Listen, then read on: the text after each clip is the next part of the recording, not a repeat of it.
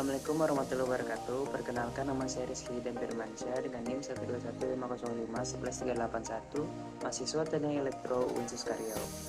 Pada kesempatan kali ini saya akan menjelaskan sebuah materi dari dasar telekomunikasi, yaitu sinyal. Apa itu sinyal? Sinyal adalah gelombang elektromagnetik, baik sinyal listrik maupun optik, yang digunakan untuk membawa data melintasi media transmisi. Kemudian sinyal itu juga memiliki suatu tegangan, arus, daya yang berubah-ubah terhadap waktu. Kemudian jenis sinyal itu ada dua. Yang pertama itu sinyal analog, yang kedua sinyal digital. Sinyal analog itu memiliki sifat seperti gelombang, yang dimana nilai amplitudenya itu selalu berubah sepanjang waktu. Itu bisa disebut kontinu. Kemudian ada sinyal digital. Sinyal digital ini memiliki sifat seperti pulsa, yang dimana hanya mempunyai dua keadaan aja, yaitu 1 dan 2. Berikut contoh dari gambar sinyal analog, dan ini adalah sinyal digital. Kemudian ada sistem komunikasi dari sinyal digital dan sinyal analog. Sinyal analog ini memiliki contoh seperti saat kita menelpon teman kita menggunakan telepon umum, yang mana masih menggunakan kabel, dan itu cara kerjanya itu yang mengubah suara menjadi listrik dan mengirimkan pesan suara kita. Kemudian ada dari sinyal digital ini, contohnya itu seperti kita mengirim data menggunakan laptop itu di zaman sekarang, karena saat ini sudah jarang sih ditemukan orang berkomunikasi menggunakan telepon umum,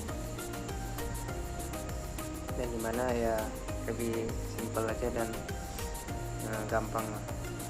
Setelah itu kenapa sih sinyal digital itu lebih difavoritkan dibandingkan dengan sinyal analog? Sinyal analog sendiri ini dia tuh di saat diberi gangguan, dia kualitas sinyal itu akan berkurang atau menurun. Sedangkan untuk sinyal digital ini, walaupun dia diberi gangguan atau noise, dia akan tetap memberikan sinyal yang seperti pada awalnya, atau tidak ada pengurangan kualitas dari sinyalnya. Kemudian ada beberapa istilah atau definisi dari sinyal. Pertama itu waktu periode, itu bisa dinamakan dengan waktu gede, yang dimana waktu yang dibutuhkan untuk membentuk satu gelombang penuh, dan biasanya dirumuskan dengan T sama dengan 1/F.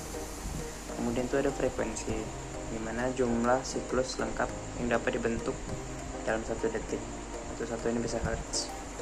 Hertz sendiri biasanya mengatakan siklus lengkap satu gelombang 1 hertz sama dengan 1 siklus per detik.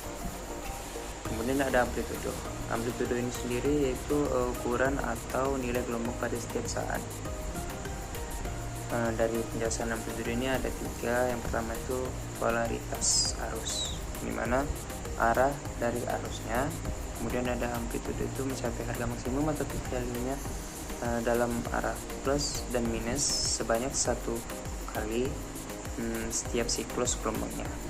Kemudian biasanya diberi simbol A, diukur dalam bentuk volt, ampere, atau watt. Dan ada juga panjang gelombang, biasa dinamakan sebagai lambda, yang dimana jarak yang ditempuh setiap 1 siklus penuh. Satu ini biasanya meter. Kemudian ada fasa. Fasa ini menggambarkan posisi gelombang terhadap T sama dengan 0. Biasanya juga diukur dalam derajat atau radian. Ada juga perbedaan fasa, yang dimana itu selisih derajat dari 2 bentuk gelombang yang identik. Kemudian dari sinyal ini ada spektrum dan domain sinyal, dimana sinyal dapat direpresentasikan dengan domain frekuensi dan domain waktu. Kemudian spektrum sinyal ini bisa dikatakan seperti representasi sinyal dalam domain frekuensinya. Ini representasi dari sinyal dalam domain frekuensi, sedangkan ini dalam bermain. Dari sinyal sendiri ada gelombang kompleks, yang dimana bentuk gelombang kompleks yang sering ditemukan dalam pelayanan telekomunikasi antara lainnya itu seperti gelombang persegi dan gelombang gigi gergaji. Ini contoh dari gelombang persegi dan ini contoh dari gelombang gigi gergaji. Setiap bentuk dari gelombang kompleks itu terbentuk dari suatu gelombang sinusoidal yang mempunyai frekuensi tertentu, yang mana bisa disebut sebagai frekuensi dasar. Dan sejumlah gelombang sinus lainnya mempunyai frekuensi kelipatan dari frekuensi dasar, disebut juga sebagai harmonisa dari frekuensi dasar. Gelombang persegi ini pula terbentuk dari frekuensi dasar F, dengan seluruh harmonisanya itu ganjil sampai harga yang tak terbatas seperti F, 3F, 5F, 7F, sampai seterusnya. Gelombang persegi ini juga bisa dipresentasikan dengan deret Fourier. Nah, ini berikut dari rumusnya. Gelombang gigi gergaji. Gelombang gigi gergaji terbentuk dari frekuensi dasar, dari harmonisa, ganjil, dan genap. Deret Fourier gelombang gigi gergaji bisa dilihat seperti berikut. Dalam sinyal ini terdapat bandwidth. Bandwidth ini bisa diartikan sebagai lebar tipe sinyal, informasi atau jarak frekuensi, dan biasa itu disimbolkan dengan huruf B. Kemudian itu ada bitrate. Bitrate ini terbilang kayak time slot, atau dari dalam bit interval, bit period, atau bit time. Bit interval juga terjadi setiap seper-r detik atau dengan kecepatan r bit per second, itu bisa dibilang bps. Dan r disebut juga bitrate atau data rate. Mungkin itu aja yang bisa dapat saya sampaikan. Bila ada kurang saya mohon maaf.